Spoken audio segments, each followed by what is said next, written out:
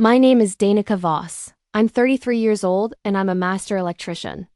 On Labor Day, at a cookout on my own back deck, my sister took her daughter's hand, pointed at my lake house, and said, "One day, sweetheart, this house will be yours."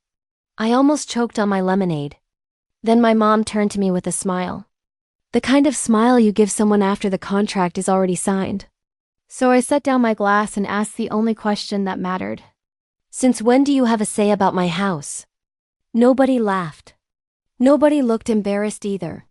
They looked at me the way you look at the last person in the room to hear the news. But here's what none of them knew that afternoon. The paperwork they thought would bury me was already sitting in a county building 40 minutes away. And what I found inside, it turned Christmas dinner into the most expensive meal of their lives.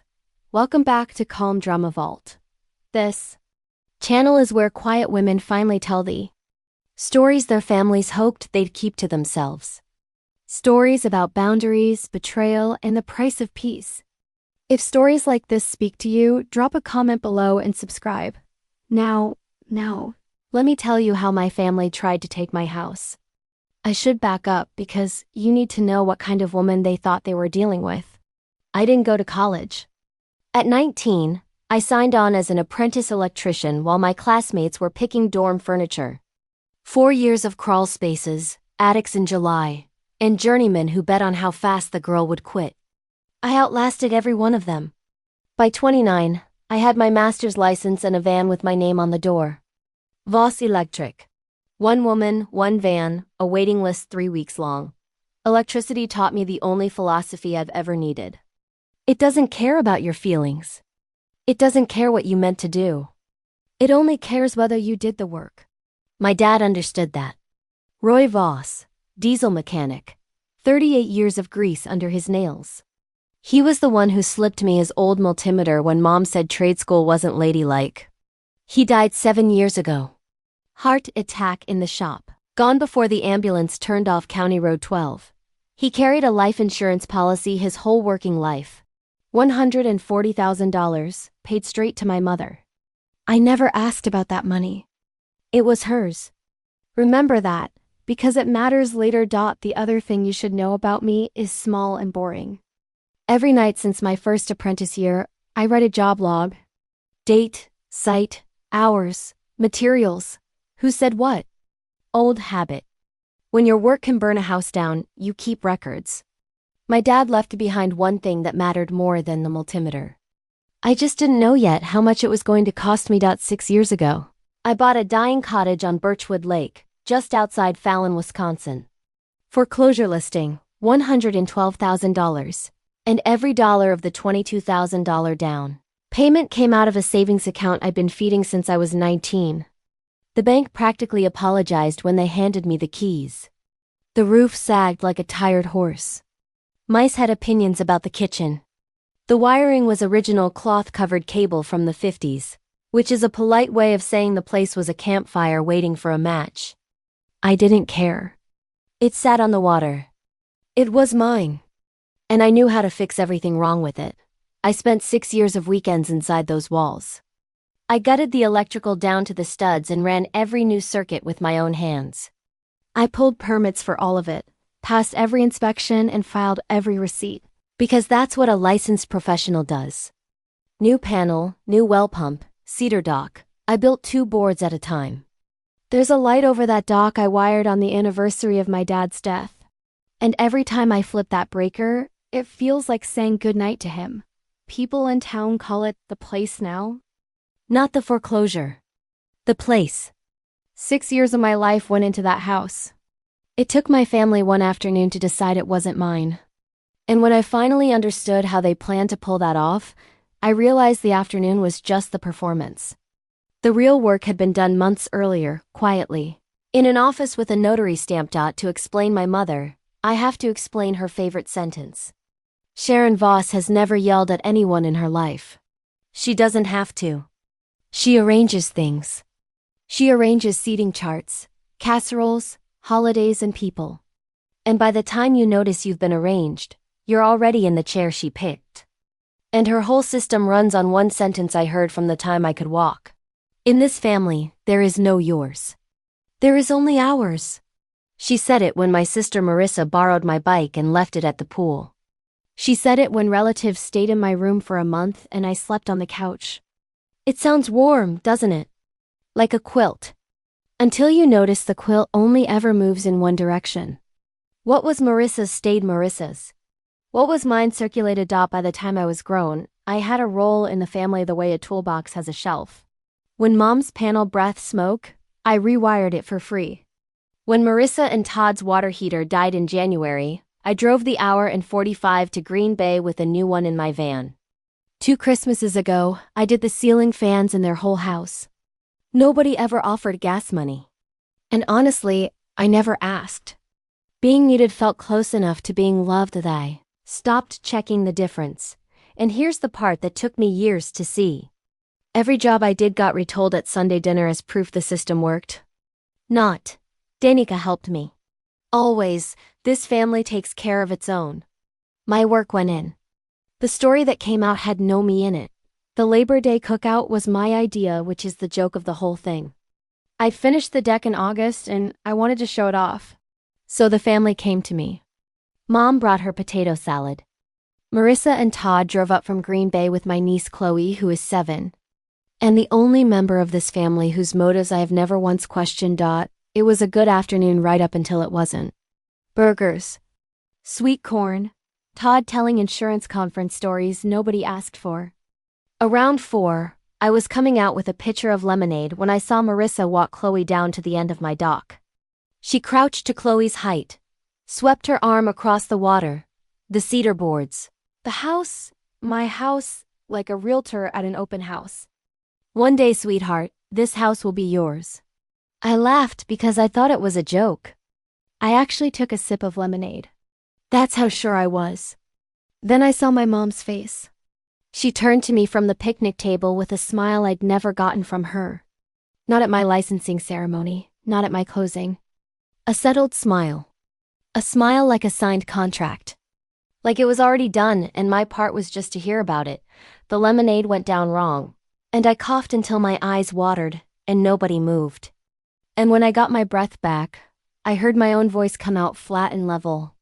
Since when do you have a say about my house? The yard went quiet in that specific way where even the lake seems to listen. And here's what scared me, though it took me weeks to name it. Nobody looked caught. Marissa looked at Mom. Mom looked at Todd. Todd looked at his beer and smiled like a man checking his watch.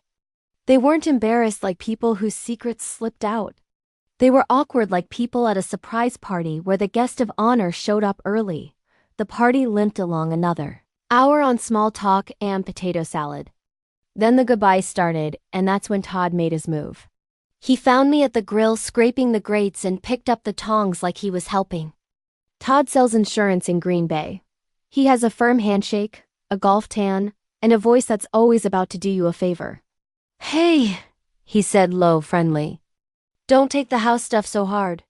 Marissa just gets sentimental.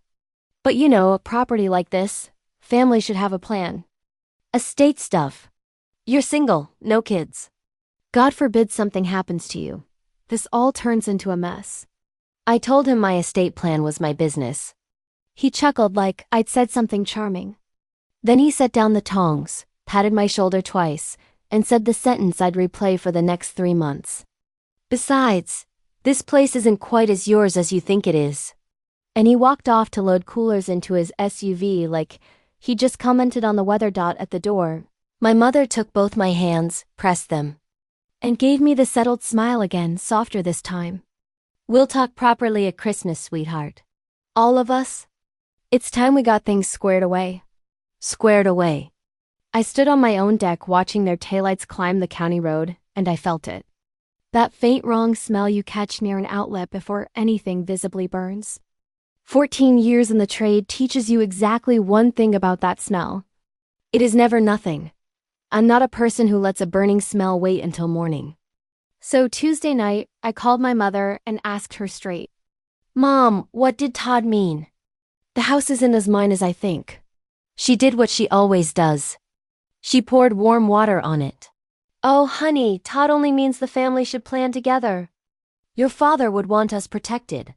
Protected from what? I asked. She sighed the sigh she's been sighing at me since 1999. The one that means I was being difficult again, and changed the subject to whether I was coming for Thanksgiving. I called Marisa next. Marisa went the other way, irritated. Why are you always so defensive? Nobody's taking anything. It's a family conversation. Why can't we ever just have one of those? I wrote both calls down in my job log that night, word for word as best I remembered. Dates and times. Old habit. I want to be clear. I heard the alarm. I didn't sleep on it. I just had no idea yet which wall the fire was inside. Meanwhile, I had my own plans cooking. That fall, I'd applied to refinance the lake house, pull $55,000 in equity, buy a second van, and finally take on an apprentice. 3 years I'd been building toward that. The loan officer said everything looked strong, income solid, house appraising well.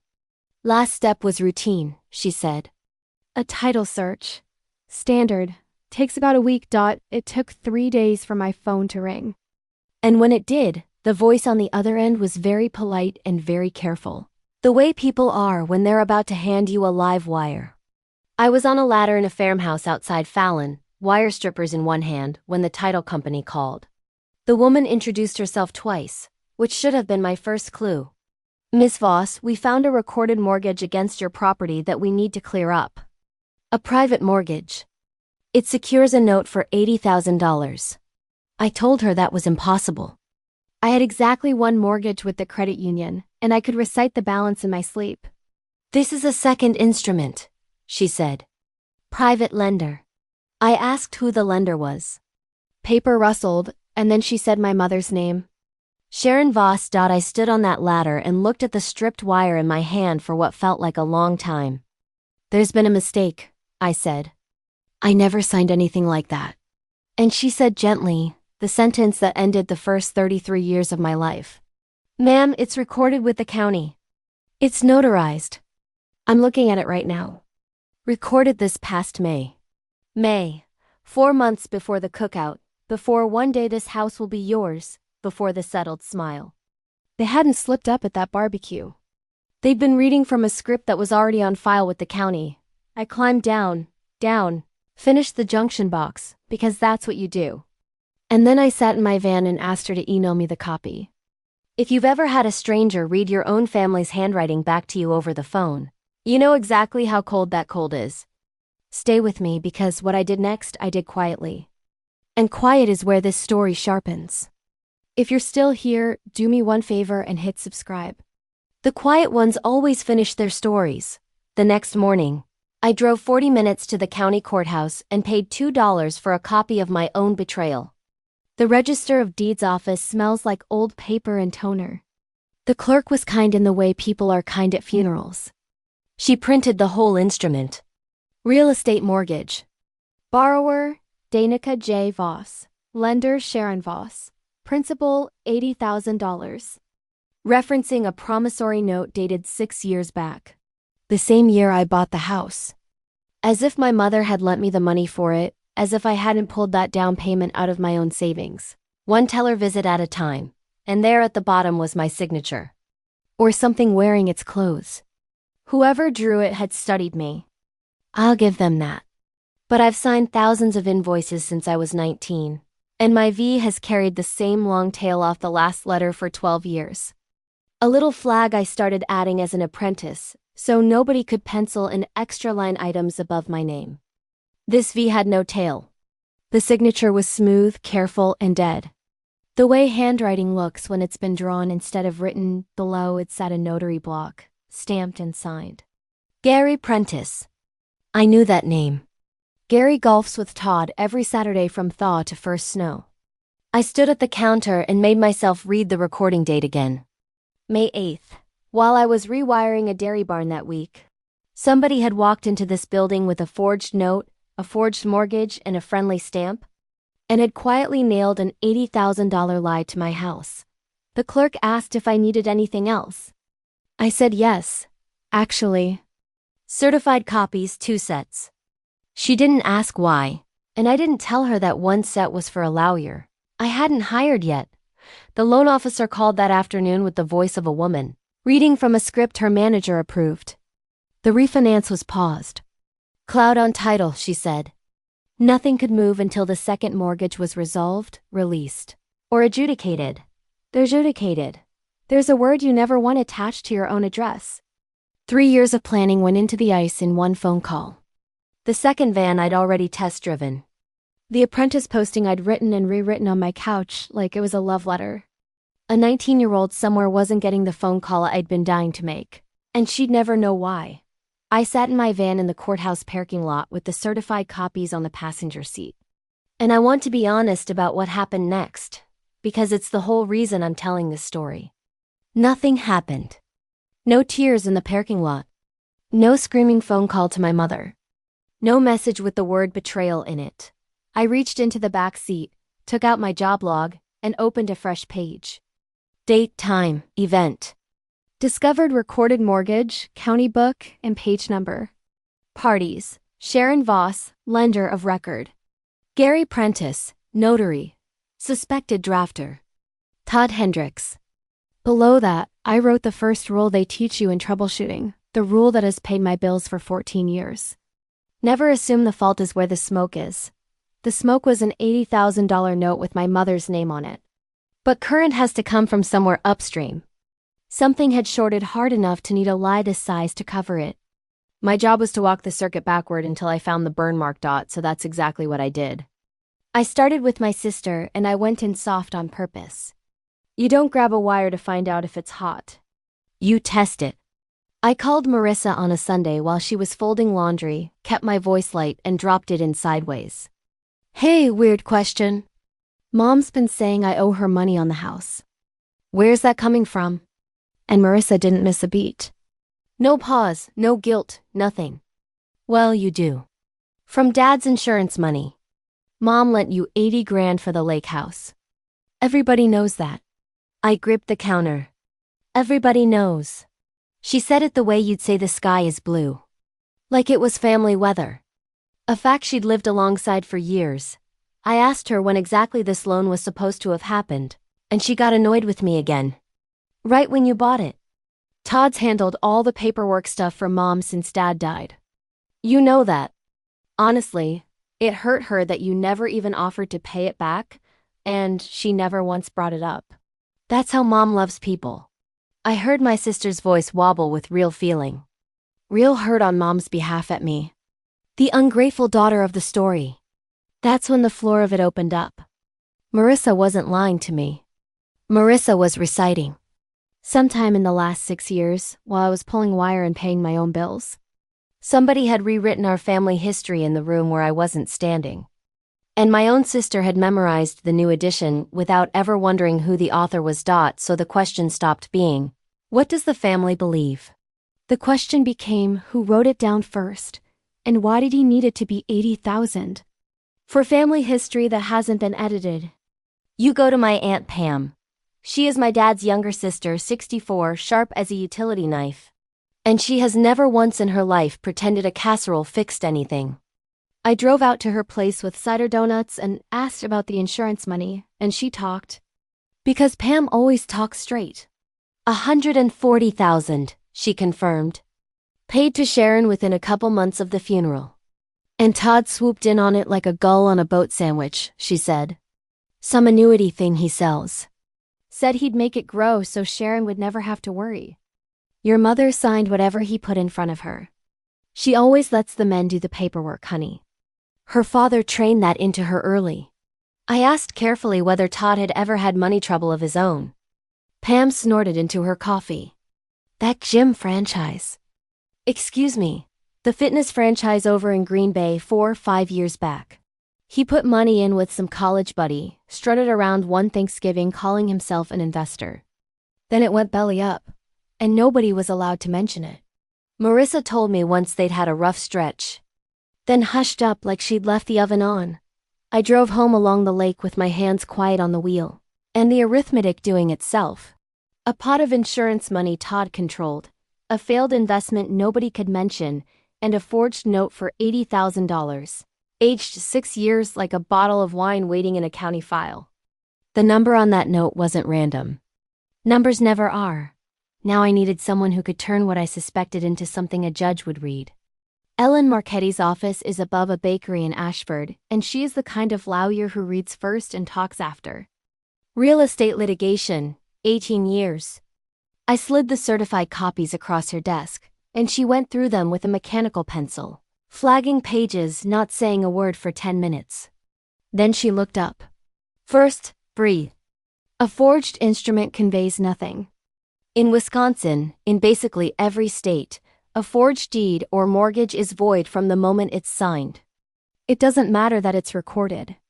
It doesn't matter that it's notarized. Void means it never legally happened.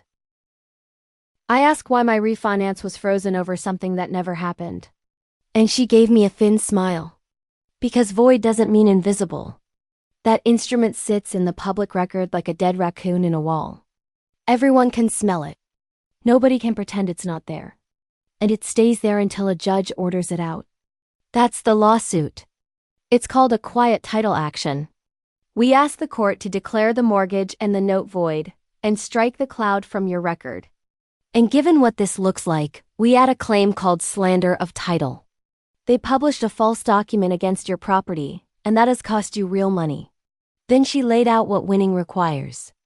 Proof the signature is forged. Proof the $80,000 never existed. Bank records, 6 years of them. And the notary. The notary is the soft spot, she said.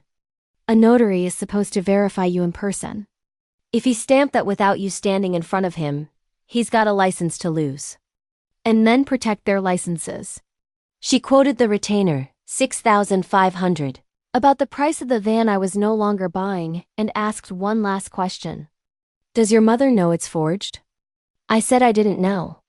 Ellen clicked her pencil twice. With mothers, the question is usually not what they know. It's what they've decided not to know. Then she asked how much documentation I had.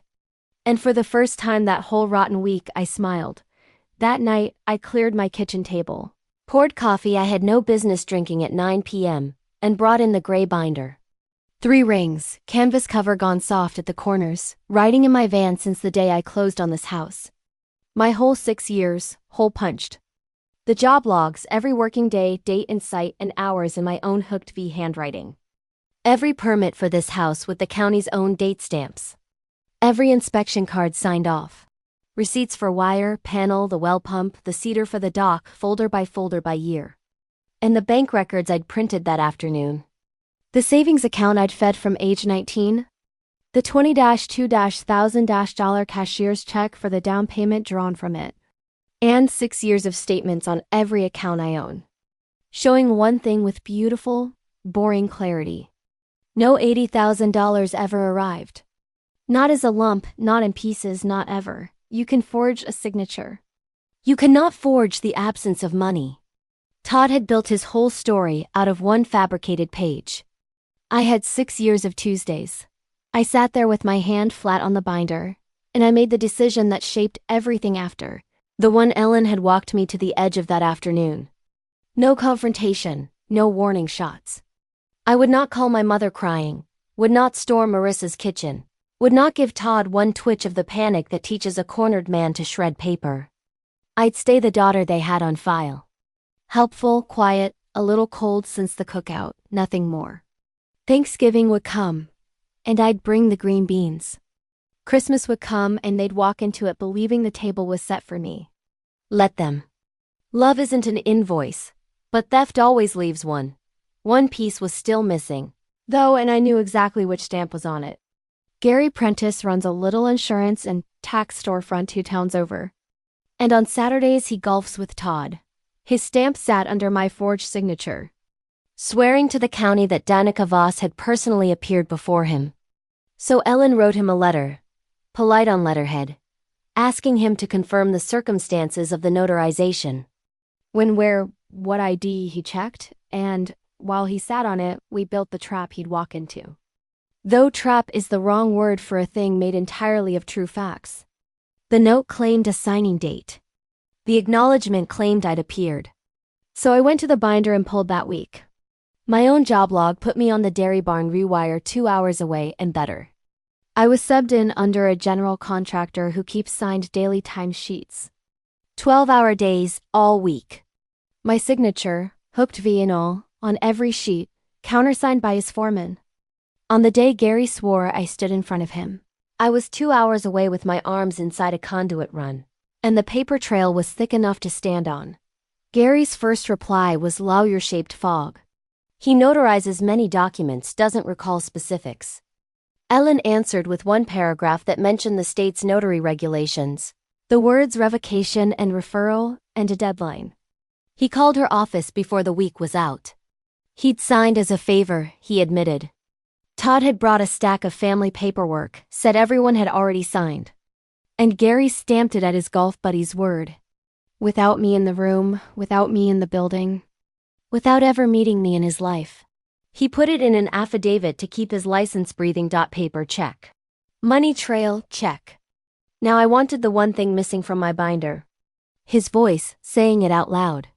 Before I could arrange that, my mother summoned me to dinner. Second Sunday of November. Her house in town, 20 minutes in from the lake. Pot roast. The good tablecloth. Candles. My mother sets a beautiful table when she's about to arrange you.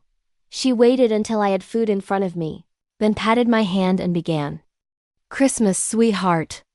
We're all coming to the lake and we're going to sit down as a family and get the house business settled once and for all.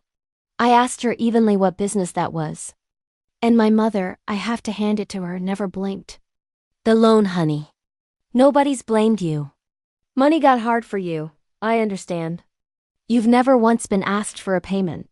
But your father's money's in that house. So the house is family. You can square the debt if you'd rather. Or we simply put the family on the deed, the way it always should have been, and the whole thing is forgiven. Todd will have the papers ready. It's what your father would want. There it was. The whole mechanism in the candlelight.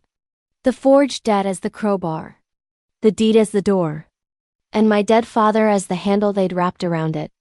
Squeeze or sign. I looked at her hands on mine and heard the sentence underneath, the one I was raised on. In this family, there is no yours. There is only ours. I said we'd talk at Christmas and her face bloomed. And she cut me a second slice of pot roast like a woman sealing an agreement. Driving back to the lake, I watched her kitchen light shrink in the mirror and understood finally that she'd just offered to buy my whole life from me. And her voice never once left the register she uses for recipes. The last stretch of wire walked itself into my hands, the way it sometimes does when a job decides it's ready to be finished. Late November, my mother's bathroom fan died, and she called me to fix it. Of course she did. The daughter suing for her house in December is still the daughter with the tools in November. And I came because the part of me that answers that phone may die last of anything I own. The fan took 20 minutes. On my way out through the den, I stopped to check the breaker panel I'd rewired for her years ago. And there on the shelf beside it sat the household file box lid off, where Todd's paperwork has lived since Dad died. I didn't open drawers, and I didn't pick locks. I photographed what lay in plain sight on top, because 3 lines in, my eye had already snagged an annuity statement. Writing agent, Todd Hendricks. Under it, letters confirming partial surrenders. Years of them, each with a penalty line, each authorized by the neat, patient, level signature of Sharon Voss. I've watched my mother sign checks at the kitchen table my whole life. Her hand shakes a little more every year, and her S-list left like a boat taking water. These S's stood at attention. Every one, every year, identical dot at home. I laid the photos beside my own forged note, and the handwriting told one story twice. Then I did the sums against what Pam remembered, and the surrenders came to right around 80,000. Drained in the exact seasons Todd's fitness franchise was going under. He hadn't only forged my name once. He'd been forging hers for years, bleeding my father's insurance money out the back of that annuity. And when the hole got too big to hide from a widow who might someday ask, he'd stitched a false skin over it with my house. The loan story gave the missing money somewhere respectable to have gone, which left one question I genuinely couldn't answer yet. Was my mother his victim or just his silent partner in not asking? Wisconsin is a one-party consent state. That's the dry little fact this whole next part turns on. And Ellen confirmed it before I moved. If I'm part of the conversation, I can lawfully record it. No permission needed from the other party. So the first week of December, I called Todd and asked to meet for coffee in Green Bay, just us. I want to get to a good place before Christmas, I told him, and I let my voice sag exactly enough. He picked the coffee shop near his office where the guys from his firm could see him through the glass, being magnanimous. He ordered a caramel thing with a lid swirl and spent 5 minutes on his golf trip. Then he leaned in, warm as a space heater, and did what men like Todd always do when they think they've won. He explained it to me. Look, Danny, nobody wants a war. The note's real enough where it counts, okay? I asked quietly what that meant, since I'd never signed it. And he smiled, actually smiled, and said, your signature close enough is good enough for family. Come on, nobody's ever looking at that paper again after Christmas. It just makes the money make sense on paper for your mom's peace of mind. You sign the house into the family arrangement at Christmas. The note evaporates. Everybody wins. You're not out $1. It's cleanup. That's all. Cleanup. My father's insurance, his failed gym franchise, my forged name. Cleanup. I asked one more question. Because the recorder in my chest pocket had room for it. And if I don't sign? He stirred his caramel swirl and shrugged. Then the family calls the loan due. Don't make it ugly. You'd lose the house over pride. I thanked him for the coffee. I drove home with his voice sitting safe in my phone. People ask why I didn't scream at him right there in front of the glass. Because screaming is free, and I wanted this to cost them. If you've ever swallowed your anger and taken notes instead, tell me in the comments and hit subscribe, because the bill comes due at Christmas. All I needed now was a dinner table. 2 days later, Ellen spread the whole case across her conference table like a finished wiring diagram. And for the first time I saw it the way a judge would. Exhibit 1, the recorded mortgage and note with the dead Taylor's signature. Exhibit 2, Gary Prentice's affidavit, sworn and notarized by somebody else for a change, admitting he stamped the acknowledgement without me present at Todd's request. Exhibit 3, the general contractor's timesheets, putting me 2 hours away on the claimed signing date, 12 hours a day, all week. Exhibit 4, 6 years of bank statements in which $80,000 conspicuously fails to appear next to the cashier's check that actually bought this house. Exhibit 5, 20 seconds of Todd's own voice over a caramel latte. Close enough is good enough for family. Ellen had the complaint drafted. Quiet title, slander of title. The works. And beside it in its own folder, a memo she called the criminal referral. Forgery of a recorded instrument. A felony, if the district attorney felt like making it one. We don't fire that, she said. We just make sure they know it's loaded. Then she walked me through the choreography. File now and have the papers served after the holiday. So the family would sit down at Christmas with the lawsuit already alive in the system, whether they behaved or not. You can end this 2 ways, she said. A courtroom or a table. Most families pick the table right up until they learn the courtroom is already booked. I was nodding, feeling almost steady, when she took off her glasses and asked the only question in the whole file with no exhibit attached. Danica, the caption will read versus your mother's name, under the word defendant. Can you carry that? I looked at the folder for a long moment, and I didn't answer her yet. I took that question to the one person who knew my mother before she was my mother. Aunt Pam poured coffee, listened to me get half a sentence out, and then told me a story I'd never heard in 33 years. 1988, she said. Your mom was 23. Her father called her into the kitchen of that farmhouse out on Kessler Road, set a paper on the table, and told her to sign it. The farm was going to her little brother. All of it. The girls signed off their shares. That's just how his people did it. Daughters don't hold land. I asked what Mom did. She signed it, honey. What else? Then she went and stood in the yard for about an hour.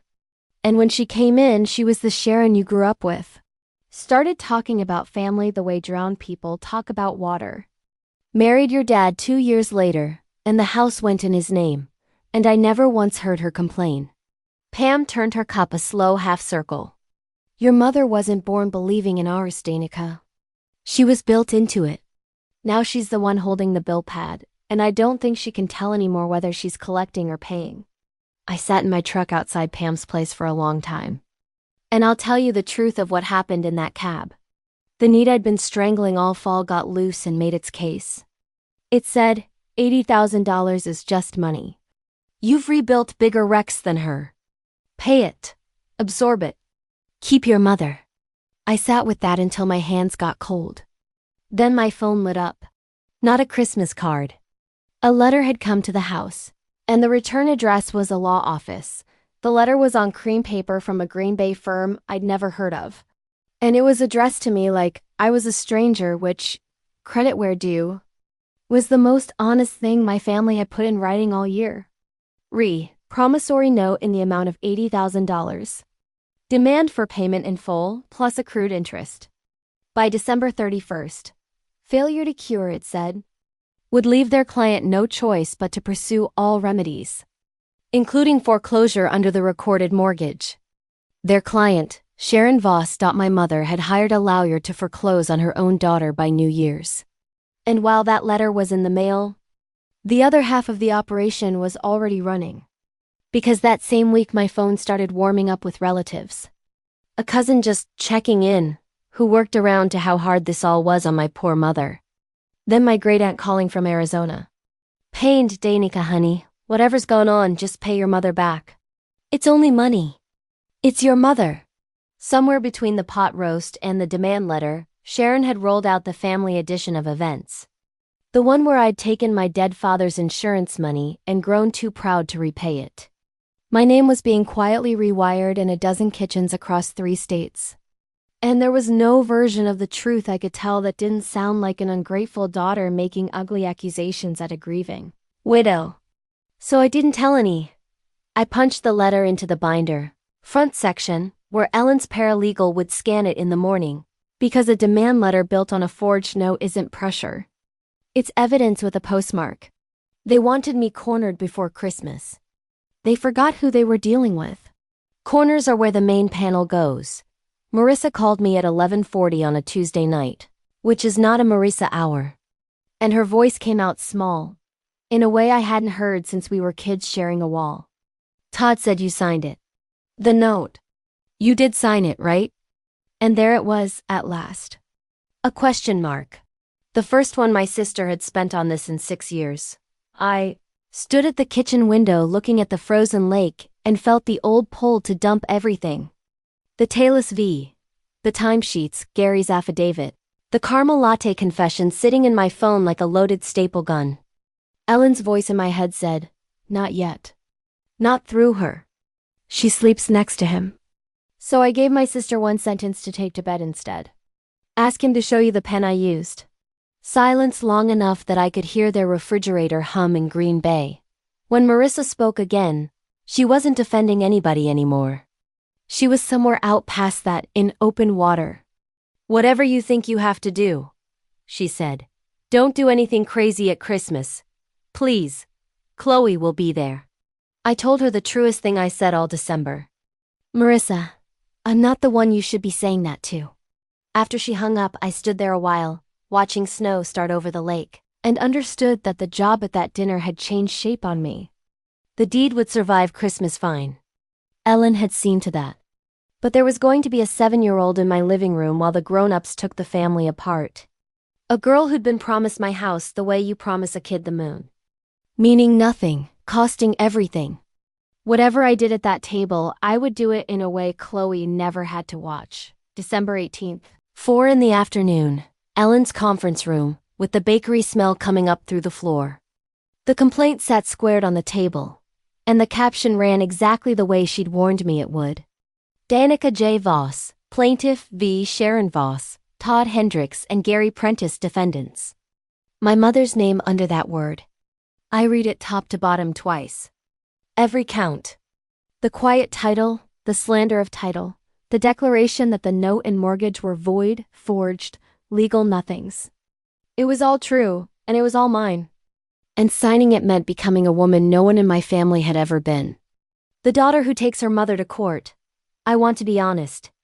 My hand didn't shake, and that surprised me. Love isn't an invoice, but theft always leaves one, and somebody has to be willing to read it out loud. I signed the verification. Ellen's paralegal filed it electronically before I got my coat on. Somewhere in a courthouse server, Voss began to exist. Time-stamped real, no longer a thing I could take back by being sweet at dinner. The same afternoon, a second envelope went out. My complaint to the state insurance commissioner's office about Agent Todd Hendricks, with the annuity statements and the row of standing at attention signatures attached. Ellen held service back like a good stage manager. The sheriff's deputy wouldn't hand anyone papers until the day after Christmas. The dinner is their last chance to pick the easy version, she said. That's a gift, whether they see it or not. I drove home along the lake in the blue dark. The old life, the helpful daughter, the free repairs, the seat they kept me in, ended somewhere on that road, quietly, without skid marks. Now all that was left was to set the table. I offered to host Christmas Eve myself, and the offer went over like free money. Of course they said yes. To them, it meant the stubborn one had softened. Better yet, it meant the signing could happen in the house itself, which Todd probably found poetic. Mom called it lovely and said she'd bring the ham. And told me warmly, I think even sincerely, that Dad would be so happy we were doing this. I spent the 23rd cooking like it was a real Christmas. Because for one person in that house, it would be. Chloe was coming. So the good tablecloth, cocoa mix, a gingerbread kit for the coffee table, white lights on the porch, every circuit of them mine. I hung a wreath on the front door and caught myself standing back to check it was centered the way you do when your mother is coming. And I noticed with something between a laugh and a bruise that after everything, some stubborn breaker in me still wanted Sharon Voss to walk in and say the wreath looked nice. Knowing better all fall hadn't tripped it. Maybe nothing ever would. In the kitchen drawer under the potholders waited the other Christmas. The gray binder tabbed and ordered, and 2 brown envelopes with Ellen's letterhead inside. My phone sat charged to full, the recording cued, tested twice. Ellen herself was on call until 10, a thing she does not do for everyone. Her cell number written on a card in my back pocket, like a fire extinguisher. I did a last walkthrough, the way I do before an inspection. Table, drawer, phone, envelopes, exits. Then I turned on the porch lights. They arrived at 6, smiling. All of them smiling, even me. For 2 hours it was almost a family. The ham was good. Chloe built her gingerbread house on the coffee table and taxed every roof candy heavily. Todd poured wine and told a story about a sand trap. Mom said my potatoes were nearly as good as hers, which in Sharon currency is a medal. I watched them be warm and easy in my living room and thought, this is what it would cost me nothing to keep. Nothing except the house, the truth, and the rest of my spine. Then at 8, with cocoa on the stove for Chloe, I saw my mother catch Todd's eye and nod, the smallest arrangement of the evening. Todd wiped his mouth, went to his coat, and came back with a leather folder, the kind with a zipper, and set it by the gravy boat like a 5th dish. So, he said, Danny, before it gets late, family property agreement, clean and simple. Sharon and Marissa go on the deed with you. The note gets torn up the same night, and this beautiful place is officially what it's always really been. Ours. He unzipped the folder. The papers inside were laser crisp, tabbed where I was meant to sign. And across the table he set a fat black pen down and turned it deliberately. So the tip pointed at me. My mother folded her hands and smiled. The settled smile. The Labor Day smile. The one from the dock. Marissa looked at her plate. In the living room, Chloe hummed to her gingerbread. I looked at the pen aimed at me across my own tablecloth, and I stood up. And I heard my voice come out the way it does on a job site when something is about to get shut off. Before anyone signs anything. I have 2 envelopes of my own. First things first. I walked to the living room, crouched by the gingerbread house, and told Chloe the upstairs TV had the good Christmas movies and she could take the whole candy bowl with her. Marissa understood before I'd finished the sentence. Mothers hear rooms change pressure. And she took Chloe up herself, tucked her in with the movie loud, and came back down with her arms crossed over her sweater like a woman walking into weather. I'll always give my sister that. She came back down. Then I opened the kitchen drawer and set the evening's real place settings next to Todd's leather folder. The gray binder. 2 brown envelopes. Todd's smile developed a support beam. I opened the binder to the first tab and turned it to face them. This is a certified copy of a mortgage recorded against this house in May, $80,000. Lender. Sharon Voss. This is the note behind it, dated 6 years ago. And this, I turned the page, is the signature on it. It's a nice signature. It isn't mine. Todd started up. Now hold on, if you're going to wave papers around. And I set the next tab down without raising my voice at all. Signed timesheets, a general contractor's daily logs, a week of 12-hour days, 2 hours from the notary's office. The day I supposedly stood in front of a notary and signed, I was wiring a dairy barn in another county. 12-hour shifts, signed in and out all week, countersigned by the foreman. My mother's hand stayed folded, but her thumbs had stopped being still. Todd reached for the binder.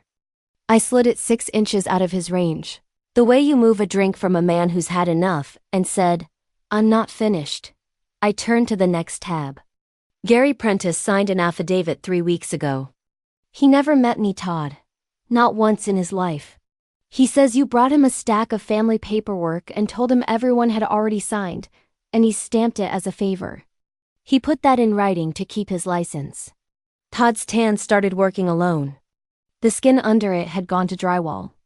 Then there's the money. I laid down the bank tab. 6 years of statements. Every account I have. $80,000 never arrived. No lump, no pieces, nothing. You can forge a signature. You can't forge money that never moved. And then I took out my phone, set it flat in the middle of the tablecloth like a trivet, and pressed play. 20 seconds. His own voice. Cheerful, caramel smooth, filling my dining room. Your signature, close enough, is good enough for family. It just makes the money make sense on paper. Sign the house into the family arrangement at Christmas. The note evaporates. Everybody wins. Todd came out of his chair so fast it went over backward, and the crash rolled through the house like a breaker slamming. You recorded me, he shouted. Finger out, wine sloshing. That's illegal. You can't. One-party consent, I said. Wisconsin. I was the one party. Check with your lawyer. You'll have one by Thursday. But here's the thing I noticed. The thing I'll remember on my last day. My mother wasn't looking at the phone. She was looking at the last thing I'd laid down. Photographs of annuity surrender forms from the file box beside her own breaker panel. Years of withdrawals, each one authorized by a Sharon Voss signature that stood straight and steady and identical, while her real hand has listed left and trembled worse every year of her widowhood. She looked at $80,000 of her dead husband's money, drained through signatures she never signed, and for the first time in my life, I watched my mother's face get old. Then she closed it like a store for the night, looked up at me and said, cold and even, in this family, there is no yours. I nodded, because I'd been waiting my whole life to finally hear it plainly. No, Mom. In this family, there was no me. I picked up the first brown envelope and put it in front of Todd, on top of his leather folder, which had stopped existing as far as the table was concerned. Envelope and my lawyer drafted it. It's a written confession and settlement. You admit you fabricated the note and the mortgage, in a form we can record, so the county file gets cleaned of your fingerprints. You self-report to the state insurance commissioner within 30 days, and you pay my mother back the $80,000 you took out of Dad's annuity, on a schedule. Every dollar. In exchange, I drop my damages claim, and I don't spend one more calorie helping the district attorney find you interesting. Then the second envelope, in the middle of the table for everyone. Envelope B is a courtesy copy. Voss v. Voss. Quiet title, slander of title, forgery. Filed 6 days ago. It's already alive. A deputy serves it the day after tomorrow. No matter what happens to the ham, The lawsuit exists either way. Tonight only decides how it ends. Todd cycled through his whole catalog then, and I stood still for all of it. The bluster. No court's going to take your word. The bargaining. Okay. Look, the note goes away, we tear it up right now. Clean slate. And finally, quieter, with his tie crooked. Something close to honest. See, the franchise was already under. I was going to put it all back. It was family money. It wasn't stealing. From the kitchen doorway, where she'd stood with her arms crossed since she came back down, my sister spoke for the first time all night, and her voice had gravel in it I'd never heard. The gym, Marissa said. You told me your mother helped us through that year. Todd shut his eyes. And the sound you couldn't hear. That was 15 years of a marriage recalculating. Marissa walked to the table, picked up envelope A and set it down in front of her husband, and put her hand flat on top. Sign it, she said. Or I will drive her to the district attorney myself and I'll carry the binder. That was when my mother stood up. Not fast. She rose the way she rises at the end of Thanksgiving. Hostess straight, gathering the room to herself. And she looked at me. Past the binder, past Todd sweating over the envelope, past her own forged name lying face up on the table. And she said it with no heat at all, which is how I knew she meant it as law. If you make him sign that, you are not my daughter anymore. The room stopped. Marissa's head came around. Todd froze mid-reach like a man in musical chairs. And I stood there at the head of my own table and finally saw it whole. She'd watched the evidence come down layer by layer. The forged note, the tapped dry annuity, her own stolen signature. And the crime she chose to name was mine. The disobedience. She would forgive the man who robbed her before the daughter who proved it. And that wasn't madness. That was the house style. The one her father taught her at a farmhouse kitchen table in 1988, with a paper and a pen and a sentence about what daughters don't hold. And she had been paying that bill forward for 37 years. And here it was at last, arriving at me, the way it had arrived at her. Take the family, or take what's yours. For one breath. I saw the yard she must have stood in for an hour at 23. And I understood I'd spent 33 years being built for a debt she'd never once been able to say out loud. Then I picked up the pen, my pen from the kitchen drawer, not Todd's fat black one. And I slid it across the tablecloth to Todd. And I heard my own voice come out level and done. Then I guess I was never your daughter. Just your contractor. Todd looked at Marissa. Marissa didn't blink. He signed all 4 places, and his signature, I noticed, came out shaky and alive. The only honest one on any paper in this story. My mother took her coat off the hook, stopped 1 second in front of the wreath on my door, and walked out into the snow without turning around. The door clicked. That was all. The car pulled away, and the house went quiet the way it does after a breaker trips. One hard thud, then nothing but everything still standing. Todd sat with his hands flat on the table, staring at the folder he'd zipped shut, and asked to nobody in particular if he could still be there in the morning. Marissa said, "You can drive me and Chloe home. Then we'll see about mornings." I photographed every signed page and sent the scans to Ellen, who answered from her sister's Christmas party in under a minute. Received. It's done. Get some sleep, Miss Voss. Marissa and I did the dishes side by side without a word. The way we used to when we were short enough to need the step stool. And somewhere around the roasting pan she finally said it. I didn't know, Danny, but I didn't look either. That's not the same as innocent, is it? I handed her the towel. No, I said. But it's the start of something better. Upstairs, Chloe was asleep in the glow of the TV menu screen, with the candy bowl defended in the crook of her arm. And I stood in the doorway a minute and let Christmas be Christmas.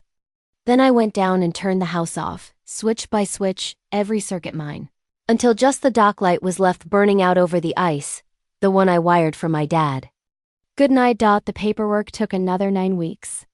The quiet took longer. 9 weeks later, on a gray Thursday in February, a circuit court judge signed the order in Voss v. Voss. The note and the mortgage were declared void. Forged legal nothings struck from my title like they'd never breathed. And the county record went back to saying the one true thing it had said for 6 years. This house belongs to Danica J. Voss. Todd's recorded confession made it a stipulation, not a war. Nobody testified. Nobody's Christmas got subpoenaed. Ellen billed me, shook my hand, and told me I was the best documented client of her career, which from her is roughly a parade. The refinance closed in March. The second van is white and ugly and perfect. And in April, a 19-year-old named Peyton, with a nose ring and a dead serious notebook, became Voss Electric's first apprentice. She writes everything down. I didn't even have to tell her. Todd self-reported per the agreement. The insurance commissioner's office opened its file, and by summer his license was gone. Turns out regulators read confessions all the way through. He pays my mother back monthly, on a schedule with teeth in it. Marissa took Chloe to her own place for a while. I don't know what happens to that marriage, and it's not my circuit to trace. What I know is that my sister calls before she visits now. Asks instead of assumes. Shows up some Saturdays with coffee and a level, learning which end of a screwdriver is which. Rebuilding with boundaries is slower than believing. It also actually holds. My mother has not spoken to me since the door clicked. She cashed Todd's first her payment check. I know that much.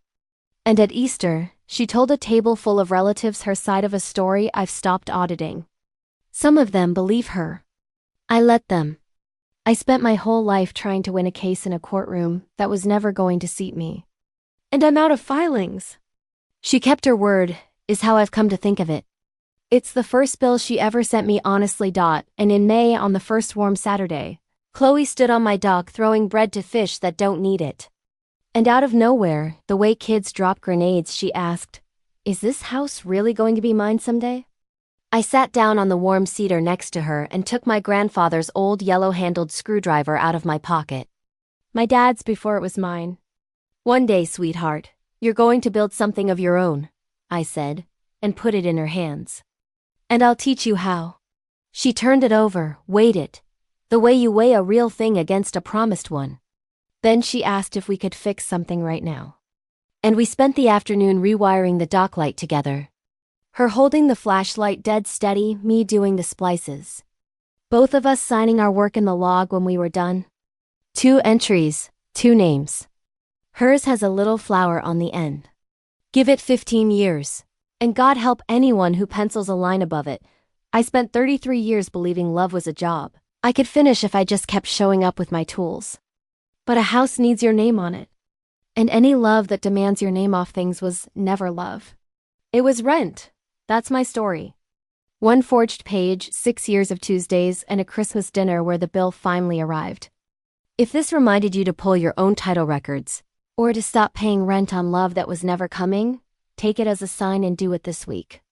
Share this with someone who keeps the lights on for everyone else. Drop a comment, hit subscribe, and I'll see you in the next one.